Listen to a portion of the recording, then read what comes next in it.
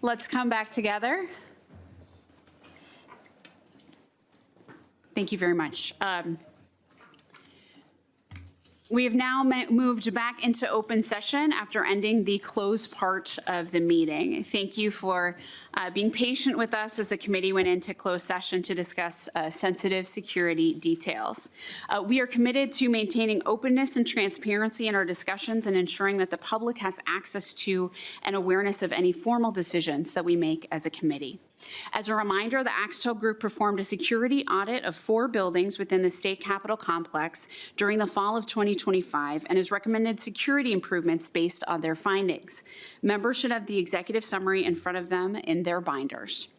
With that, we will now move to the vote on provisions from the public executive summary of the Minnesota State Capitol Complex Security Assessment as we discussed last week. These improvements would provide the highest level of security on the Capitol complex. Members, please open your binders to page 17 of the Public Executive Summary.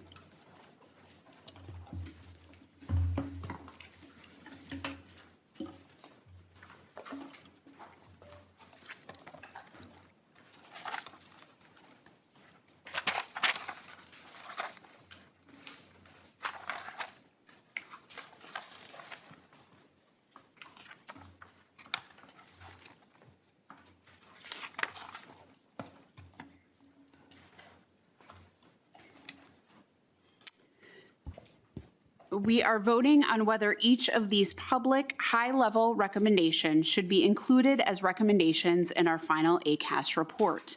These votes will direct the Department of Public Safety and the Department of Administration to include these provisions in our final report as recommendations from our committee and encourage these agencies to undertake the work reasonably necessary to carry out these priorities, whether to implement if already under their jurisdiction or, if needed, to pursue legislative or budgetary asks from the legislature.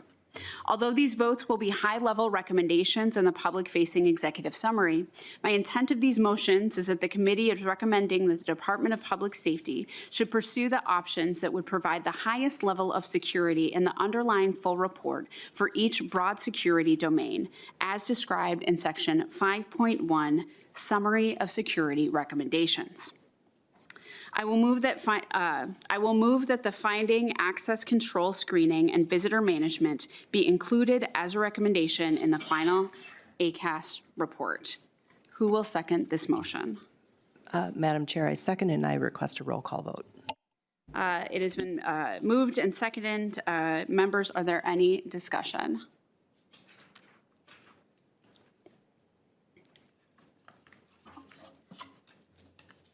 All right. So I actually have some questions, if you don't mind, before we move on, which is, we've been talking about weapon screening, and weapon screening feels like a common sense measure that we can take to keep everyone who steps foot in our Capitol safe, while still maintaining openness for public participation. I'm wondering, Commissioner, if you could speak to how a screening model could be implemented. Thank you, Lieutenant Governor, members of ACAS. And the weapon screening process is certainly highlighted in the Axtel report that is in front of you today. There are numerous recommendations to go along with that, technology and other recommendations that are part of that, but weapon screening seems to have taken the biggest part of the consideration. We have also, my understanding is that the Axtel Group has said the one thing that if it was available to do would be weapon screening within the state capitol.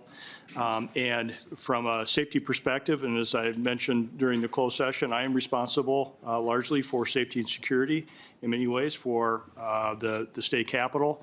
I do think that the next step in safety and security at the state capitol would involve a weapon screening process or program.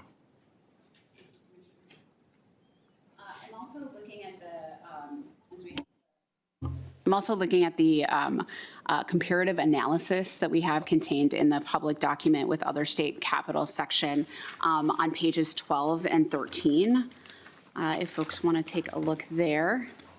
And so on pages 12 and 13, There's even a visual for that analysis that I think is fairly powerful. So there are several states that have weapon screenings that also ban or limit firearms within their state capital. And has been mentioned previously, our Judicial Center currently conducts screenings. And I'm wondering if, Ms. Super, you'd be able to just speak to the judicial branch weapon screening process and whether there are also banned or limited items on the premises. Yes, thank you, Madam Chair. We do have a screening procedure, policy and procedure for the Judicial Center. And we do limit all contraband into the building, and we define contraband as any item which is illegally or illegal to possess under Minnesota law. But then we also do have a list of prohibited items. And this was a long discussion that we had with Capitol Security. And it gets as limited as objects that can cause bodily harm. So how do you describe those? And so to some extent, that's left to the discretion of the trooper and the security officers, the Capitol security officers that are conducting that screening. They find quite a few prohibited items, and we feel better about that and that we've identified them. Now, we do have the situation and that, for example, our licensed peace officers are authorized personnel to carry firearms into the building.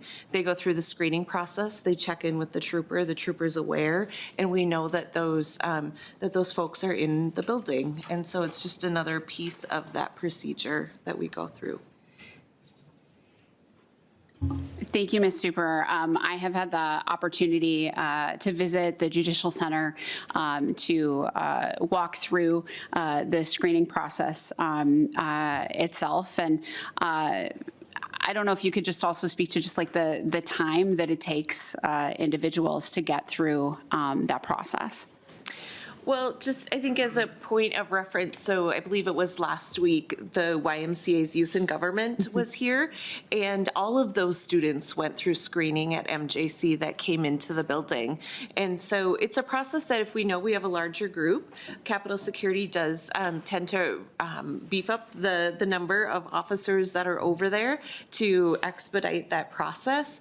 But a lot of it comes to their work in educating and greeting people before they even come into the screening process. So we can move them through quite quickly as long as they're prepared and they know how the process works. We have signage up, policies posted, so providing them that information ahead of time. We also communicate with those that are coming to the court ahead of time as far as what our screening expectations are. So education and communication are a big piece to helping that go smoothly. But if we can move a couple hundred students through quickly in just a couple of minutes, it works pretty well. Thank you. And moving a couple hundred students quickly through anything is a marvel. So thank you. Any additional questions? Representative Nash. Thank you, Madam Chair. And I just wanted to clarify on the vote that you have requested. Are you intending to vote on recommendations 5.11 through 5.18 as a block, or are you going to be voting for them individually? We will be moving through them individually. Thank you, Madam Chair. Okay.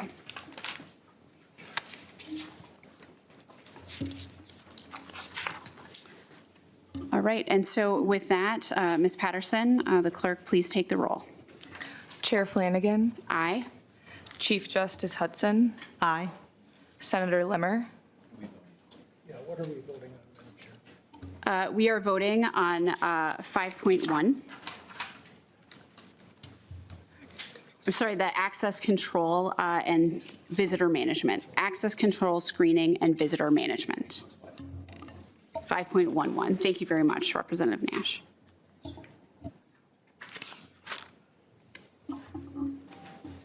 Senator Limmer. No. Representative Mueller. Aye. Representative Nash. No. Senator Westland. Aye. The ayes are 4, the nays are 2. The motion prevails, and the suggested improvement will be included as a recommendation in the final ACAS report. Now we are moving on to the authorized access control and credential oversight, that be included as a recommendation in the final ACAS report. So I will move this. Will someone second the motion? And to be clear, I will make sure that I say 5.12. I will move 5.12, the finding authorized access control and credential oversight be included as a recommendation in the final ACAS report. Who will second this motion? Seconded. Thank you, Chair Moeller. Members, any discussion? Madam Chair, I'd like to call for a roll call. Excellent. A roll call has been requested. Any member discussion? We will take a roll call vote. Ms. Patterson, please take the roll. Chair Flanagan. Aye. Chief Justice Hudson. Aye. Senator Limmer. Aye. Representative Moeller. Aye. Representative Nash. Senator Westland. Aye. Ayes are 6, the nays are 0. The motion prevails and the suggested improvement will be included as a recommendation in the final ACAS report. We'll next move on to the internal circulation and zoning controls. I will move that the finding of 5.13 internal circulation and zoning controls be included as a recommendation in the final ACAS report. Who will second the motion? Nash seconds. Westland calls for a roll call. A roll call has been requested. Members, any discussion? Ms. Patterson, we will take a roll call. Please take the roll. Chair Flanagan. Aye. Chief Justice Hudson. Aye. Senator Limmer. Aye. Representative Moeller. Aye. Representative Nash. Senator Westland. Aye. The ayes are 6, the nays are 0. The motion prevails and the suggested improvement will be included as a recommendation in the final ACAS report. We will move on to 5.14. I will move that the finding perimeter and exterior grounds be included as a recommendation in the final ACAS report. Who will second this motion? Second. Roll call. Nash seconds, and there will be a roll call. Members, any discussion? We will take a roll call vote. The clerk will take the roll. Chair Flanagan. Aye. Chief Justice Hudson. Aye. Senator Limmer. Aye. Representative Moeller. Aye. Representative Nash. Senator Westland. Aye. The ayes are 6, the nays are 0. The motion prevails and the suggested improvement will be included as a recommendation in the final ACAS report. Next, we have staffing models, post orders, and operational readiness. I will move that the findings 5.15, staffing models, post orders, and operational readiness to be included as a recommendation in the final ACAS report. Who will second this motion? I will. Seconded. Roll call. Chair Moeller, Representative Moeller seconds the motion. There will be a roll call. Members, any discussion?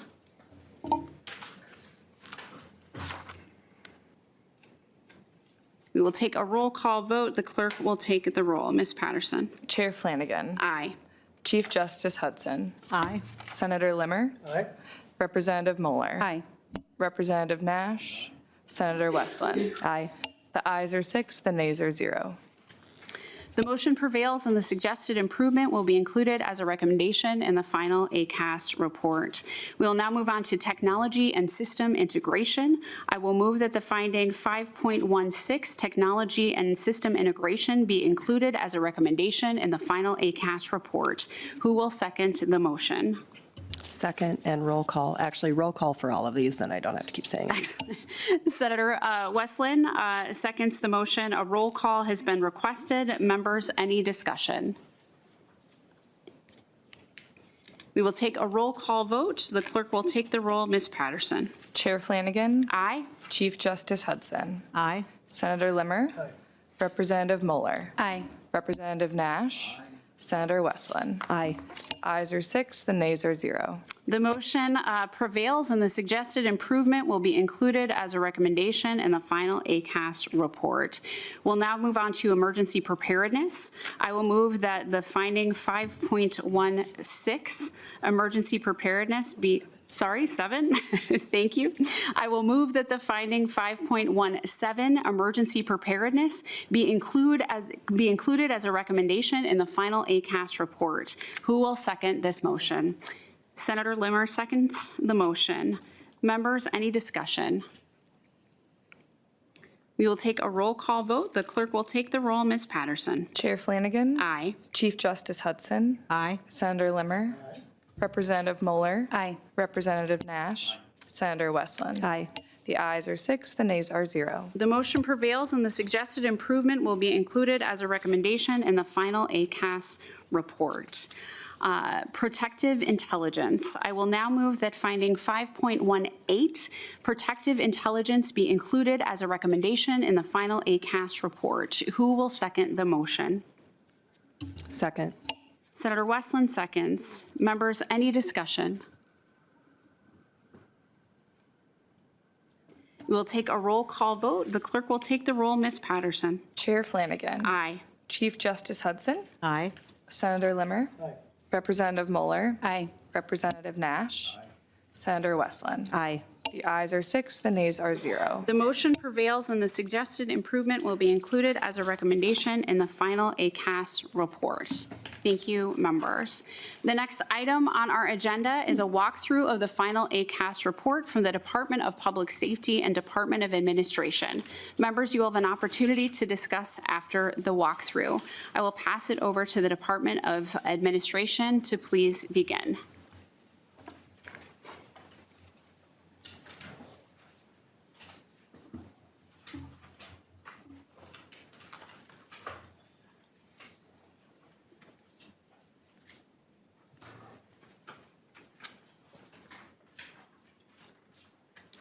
Ms. Suki, this will look similar to the report that we walked through just days ago with the included recommendations coming out of the Axtell report. Ms. Suki, please proceed. Thank you, Madam Chair. All right, so I am Carrie Suki, the Director of Admin's Facilities Management Division, and I will be presenting the annual ACAS report with DPS for you today. So starting on page 1, the report is the introduction section. It outlines the committee membership, states the reporting requirements for the committee, summarizes the 2025 meeting schedule, and refers the reader to the committee's mission statement in Appendix A. Ms. Suki, is your microphone on? Thank you. It's just, yeah, a little difficult to hear.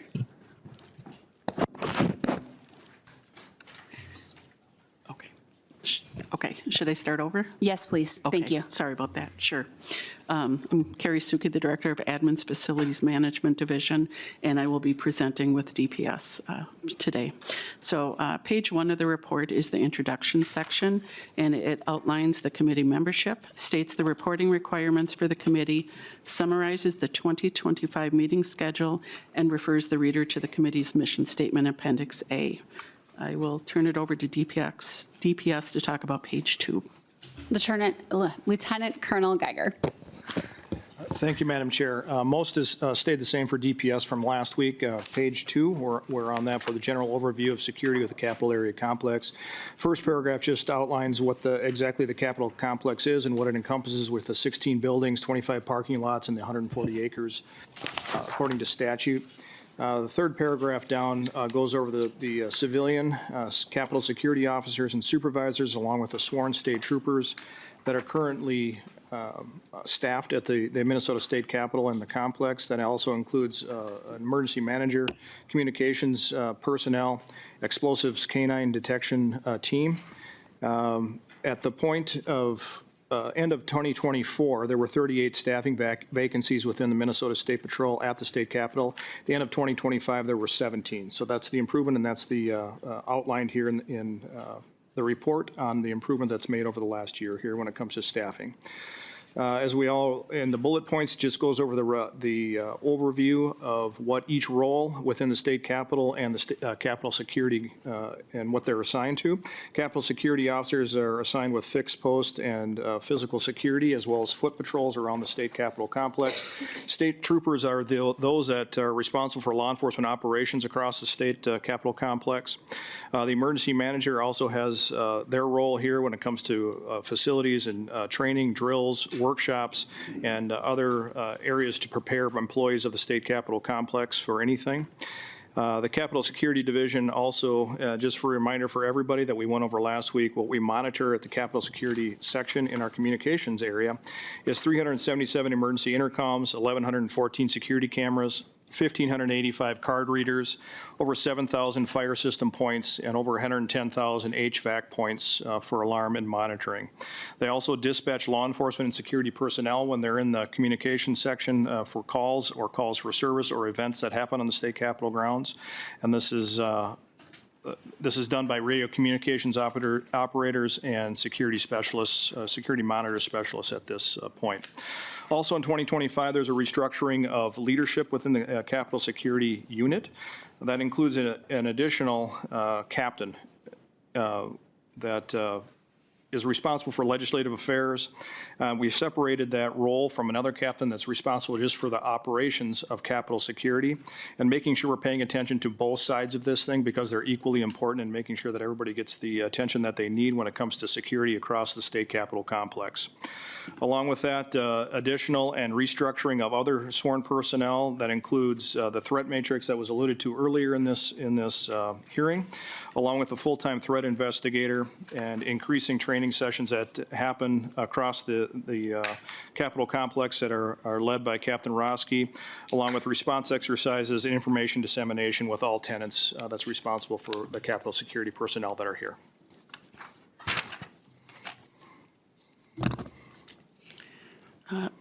Pardon me. Page 3 talks about the recent improvements in security. It outlines the appropriations that admin has received to date for the Capitol Complex physical security, including $2 million in general obligation bonds that were received last session. Total funding received for physical security over the past 8 years is $22.9 million. Over the last year, security kiosks have been installed at the Minnesota History Center and the Veterans Services Building, and we have made perimeter improvements of gate arms and bollards around the administration, judicial, and Veterans Service buildings. In addition, a door hardware project is near completion in the State Capitol building. As part of that project, crash bars are being installed and electromagnetic locks are being removed on all the main exterior entrances to the Capitol. This project will eliminate the delay to relock and secure the doors. Work is also in progress on new cameras and replacement cameras on the complex. The last three paragraphs go over some improvements in security that Capitol Security were responsible for. First and foremost is restrictions placed on the number of public entrances from the Capitol building from 14 to 4 that we had a discussion on last week when we were at the ACAS meeting.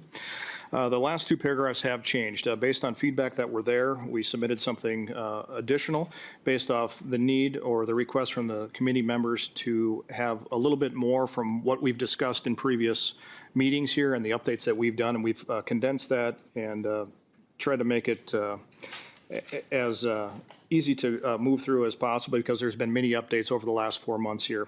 So what it boils down to is 4 general areas, and that's building hardening and specialty equipment, the leveraging of various forms of technology, improving overall communications programs on the state capitol, investing in all personnel who are responsible for any aspect of security here. And I just want to point out the last sentence of that second to last paragraph, while not all inclusive, some of the highlights, including adding security staffing across all work groups, establishing protocols for reporting threats, acquiring various pieces of equipment and personnel and training. That's what all of that included. However, that last paragraph goes into the responsibility of everybody here that comes to the Capitol Security Complex, that we provide the training and do that. But again, it's the responsibility for everybody that's here to make sure that we're doing our best to make this a collaborative effort when it comes to Capitol security.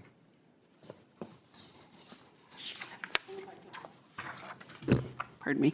If I could ask Senate at Arms Lindquist to present page 4, please. Thank you, Director Suki. And Chair Flanagan, on page 4, as a request or recommendation from the meeting of last week, both the House and Senate Sergeant Arms Office provided a brief list of items that we worked on in these recent weeks and months. In the absence of my counterpart, Chief Sergeant Arms Laurie Hodap, you can see 15 points that the House chose to provide, and the list of 7 items that the Senate chose to add to this report is what I gave as an update earlier in this meeting. On page 5, in this section, we put forth our recommendations for future improvements. To date, we have received funding for about 36% of the need. In the report, we're asking for a total of $41.008 million to cover the remaining security enhancements. These funds would be used for future physical security improvement work, such as the installation of security kiosks, blast-resistant film, door access controls, cameras, lighting system upgrades, and bollards. It will also be used to update the distributed antenna system utilized by first responders. Last 4 paragraphs are about security and improvements related to staffing, training, and equipment. Also some recommendations regarding the House and Senate adopting rules specifying the types and regularity of trauma-informed safety drills, and also the requirements or the creating requirements for those to attend. Advisory Committee also recommends, and this is also in the ACAS report, to adopt rules at the beginning of each biennium that specify the conduct of each members and the public during committee hearings. And the last paragraph just goes over, the last paragraph, the committee also recommends all cases of potential or criminal activity on the Capitol grounds, the Minnesota State Patrol Capitol Security Division be designated as the primary investigative authority. The last paragraph will just be, or the last page will just be very brief. This is just what we went over with the Axtel report and the 8 areas that they highlighted and what we're just taking a vote on as well. And it's contained in that full report that were there. Appendix A is on page 7, Appendix B is on page 8, and lastly, Appendix C on page 9 provides the language for admin's request for general obligation bonds and general funds to continue the security enhancements in Phase 3 of the project. This completes the summary of the 2026 report. We're ready for any questions that the committee may have. Thank you, Ms. Suki, Lieutenant Colonel Geiger, and the Sergeant at Arms. And Sergeant at Arms Hodep, you just missed it, but your colleague did a fantastic job. So just wanted to open up for any member questions with regards to the report. Representative Nash. Thank you, Madam Chair, and just want to go on record as saying thank you to the people who are in charge of Capitol security. Over the summer, obviously something horrible happened, but then subsequent to that, I got to spend a fair amount of quality time on the phone with the Commissioner and Captain Roski when I believe now former lobbyist decided to make a really stupid statement, and I'm glad that that was dealt with very rapidly and very professionally, and that is still going on through the court process in Carver County, as I believe. But I also wanted to point out that you do an excellent job, and I have a tremendous amount of confidence in you, and I am appreciative for your presence here every day. And I will give an example. Captain Roski responded, I believe he was driving back from lunch, and I had a lobbyist who was being chased through the tunnels by somebody who was causing them to be quite fearful for themselves.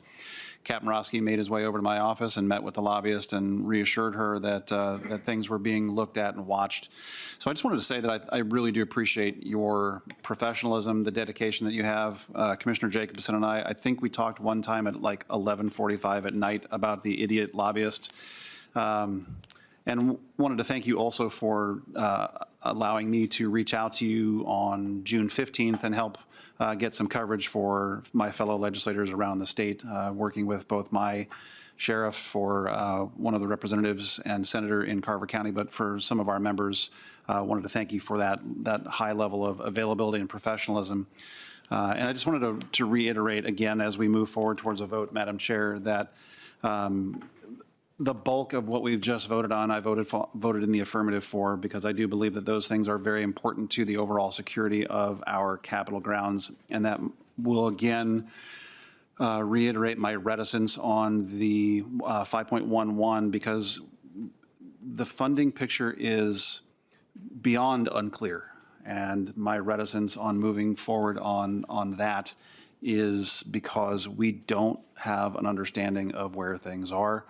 And as my legislative career has unfolded here, I don't vote for things that I don't have my arms fully around from a funding perspective. So wanted to thank you, Madam Chair, for the indulgence, but wanted to again thank the patrol and the commissioner for the excellent work done here on Capitol grounds. Thank you, Representative Nash, and I would associate myself with the portion of your remarks with great admiration and respect for DPS and the State Patrol. Senator Westland. Thank you, Madam Chair. And I would like to offer my deep thanks also to this committee and to Commissioner Jacobson and to all of our folks who contribute to our security. This has been a particularly difficult 12 to 14-month period for any number of reasons, and we continue to have some challenges that create situations where people feel unsafe or just vulnerable. And the work of this committee this year, in conjunction with the Axtell report, I think has been really exceptional. And I'm really grateful for the opportunity to work with every member of this advisory committee. I do want to say that everything we just voted for costs money. And from my perspective, every single one of those recommendations that we are making are going to have to be weighed by the legislature. And as we have discussed, I think as a legislature, we are going to have to decide that security either is a priority and start funding the things that are being recommended by this committee, or we are in essence saying security is not that important. I don't believe that's the message that we want coming out of this committee. I guess I will also relate a story. One of my colleagues, a member of the Senate, reached out to me recently to share a story. And this member said to me that they were really sort of on the fence with this idea of weapons screening, and in fact probably weren't necessarily in support of it. And this member had a meeting with students recently. And there were two students who were kind of talking to each other back and forth, and the senator said to them, hey, ask me any question. What's on your minds?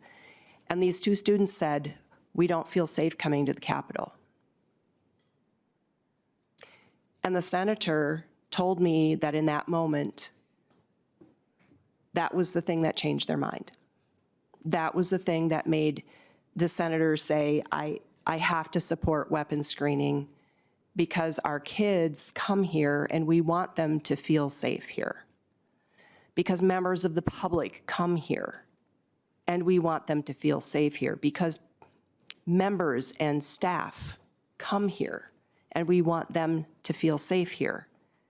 And as was mentioned earlier, the number one thing that we can do of all of the recommendations that would have the most immediate impact is weapons screening.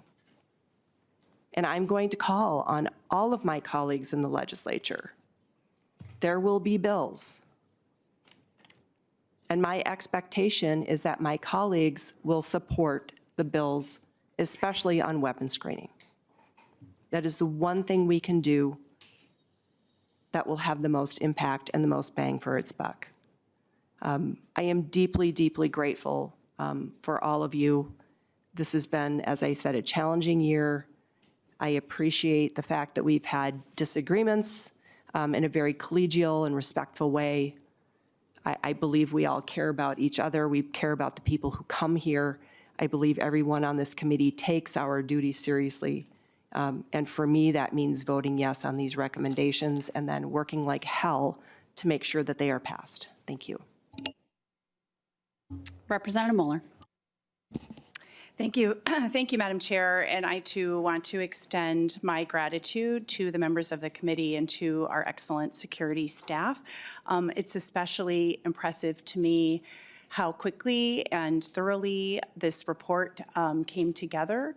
And I also appreciate the threat assessment work that our security staff has been doing, and I know that our members are deeply appreciative of the changes you've made with respect to threat assessments. I, too, am glad to vote for all of the provisions that were recommended as a result of the Axtell report. I am very disappointed that my colleagues across the aisle did not vote in support of weapons screening when that was articulated as the biggest bang for our buck when it comes to security measures. And if the rationale is funding, which obviously we have to keep in mind, I'm a little perplexed as to why they voted yes on all the other things when there's a lot of uncertainty regarding funding for things like hard and safe rooms, extra perimeter protections, extended camera coverage, improved staffing levels, analytical capability improvements, upgrade alarm coverage, et cetera. We don't have a number on all of those things, but yet, I appreciate they voted yes for that, but I'm still a little uncertain as to why they used the funding rationale to vote no for the thing that was the number one item that the security folks said that we could do that would result in the biggest bang for our buck when it comes to security. I really do hope that that changes when these bills do come before the legislature, and the cost of us not acting on that is too great. And so I look forward to future discussions on that. Thank you. Thank you, Representative Mueller. Any additional questions, comments?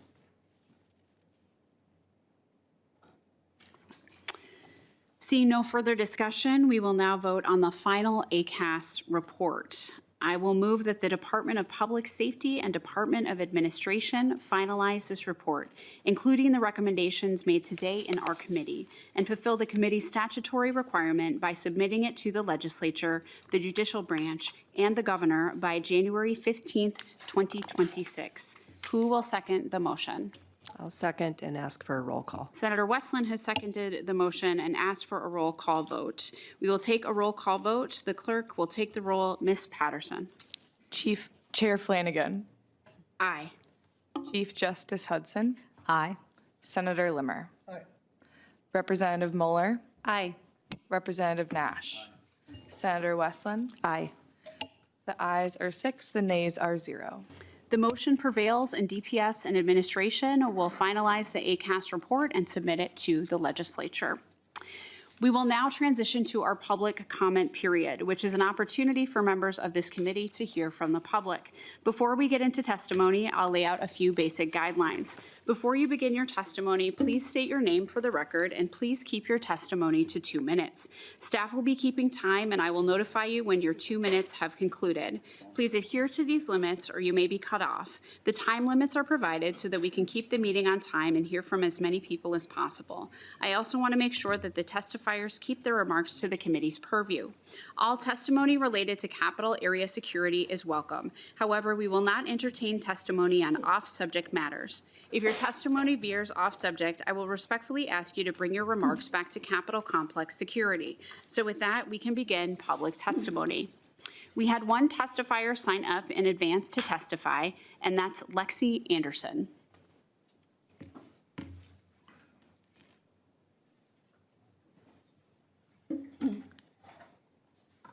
Lexi, please introduce yourself for the record and proceed with your testimony when you are ready.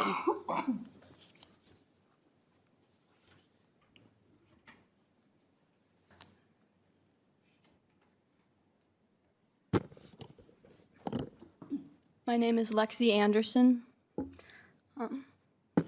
Madam Chair and members of the committee, thank you for the opportunity to testify today. My name is Lexi Anderson, and I'm a Students Demand Action volunteer here in Minnesota. I'm here because I care about this building and what it represents. The decisions made here affect my future, my friends, my family, and my community. It should be a place where people feel safe to show up, speak out, and participate in democracy.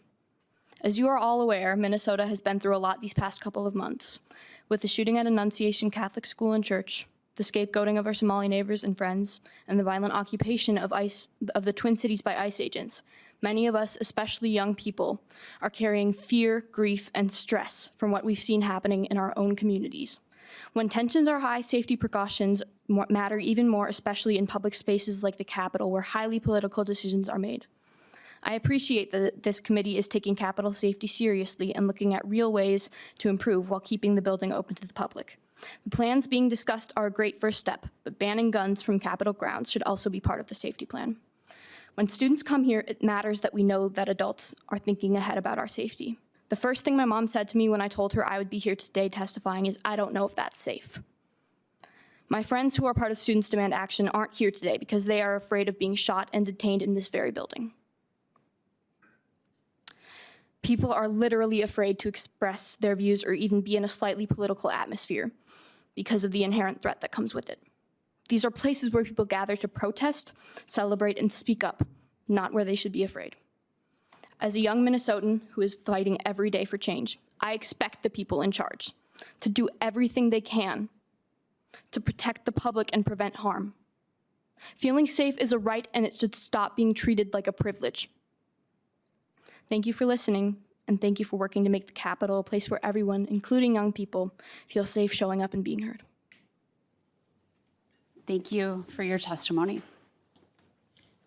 That was the end of our list of individuals who signed up in advance to testify. Is there anyone else in the audience who wishes to testify?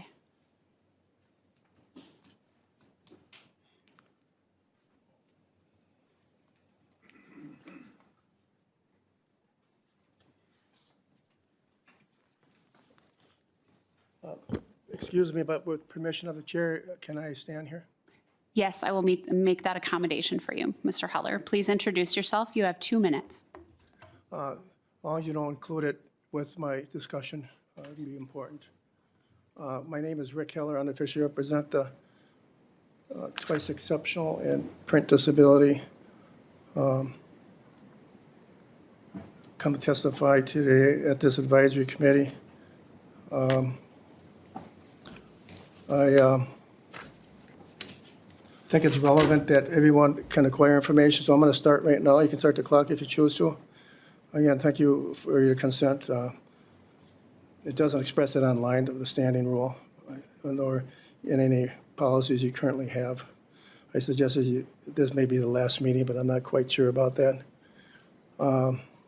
As people will see, there was a partial document that I put online, but it only holds so many characters.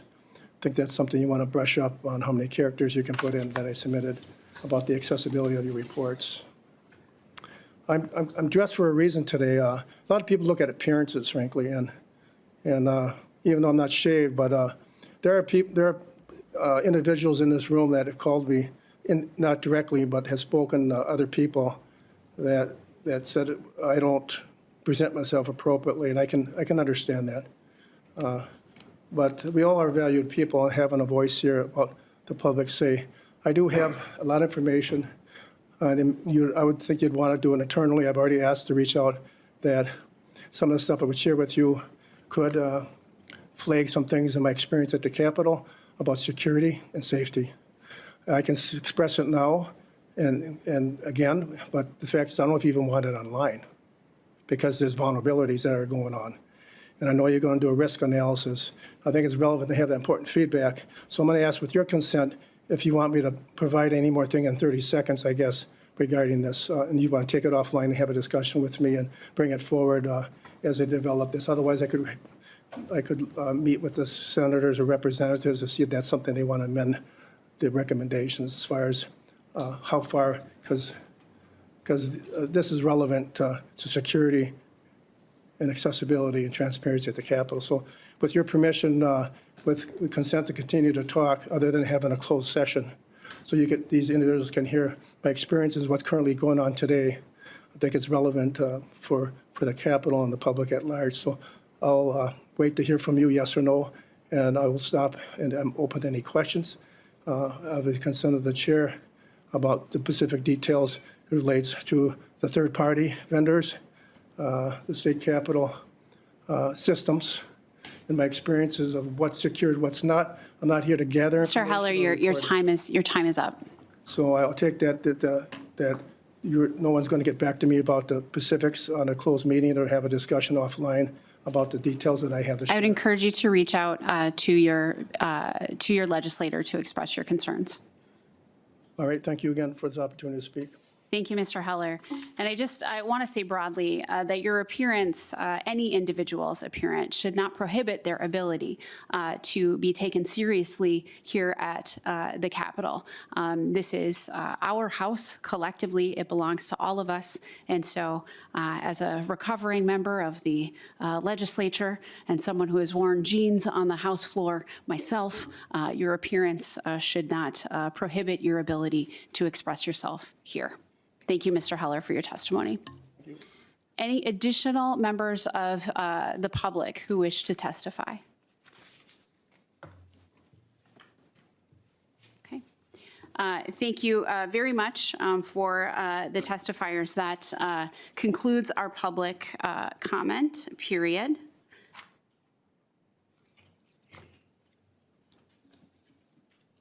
Mr. Heller, I'm going to ask you to either take a seat or to exit the committee room. Okay, just for the record, I asked that the minutes at least would reflect who I unofficially represent, because there's a notepad here I'm trying to complete, and I think the sign-in that's for this meeting, so I appreciate that consideration. Thank you. Thank you.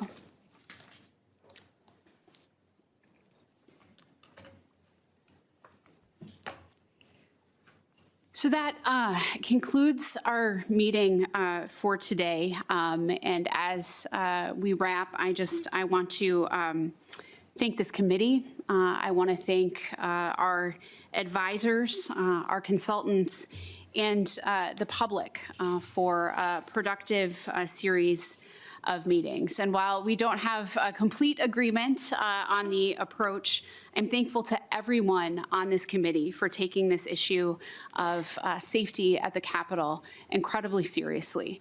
Again, there are members who walk in and out of these doors, members of the House, the Senate, the incredible staff, the public, and again, as a mom, just keep coming back to the fact that we have 40,000 of the littlest Minnesotans, of our children, right, who come in and out of this place.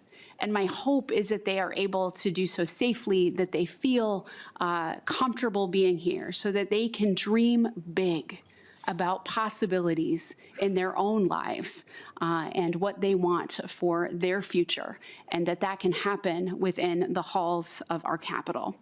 I also want to just lift up the continued work of the people tasked with keeping us safe here. The State Patrol, Capitol security officers, our sergeants at arms, and collaborating law enforcement agencies. I'm glad that the Axtell report was able to lift up the quality of your work despite complex situations and constrained resources. I firmly believe that if the legislature and the governor take up the recommendations in our newly approved report, especially implementing a consistent screening process and limiting weapons, everyone who works on the Capitol complex or visits the Capitol complex will be safer.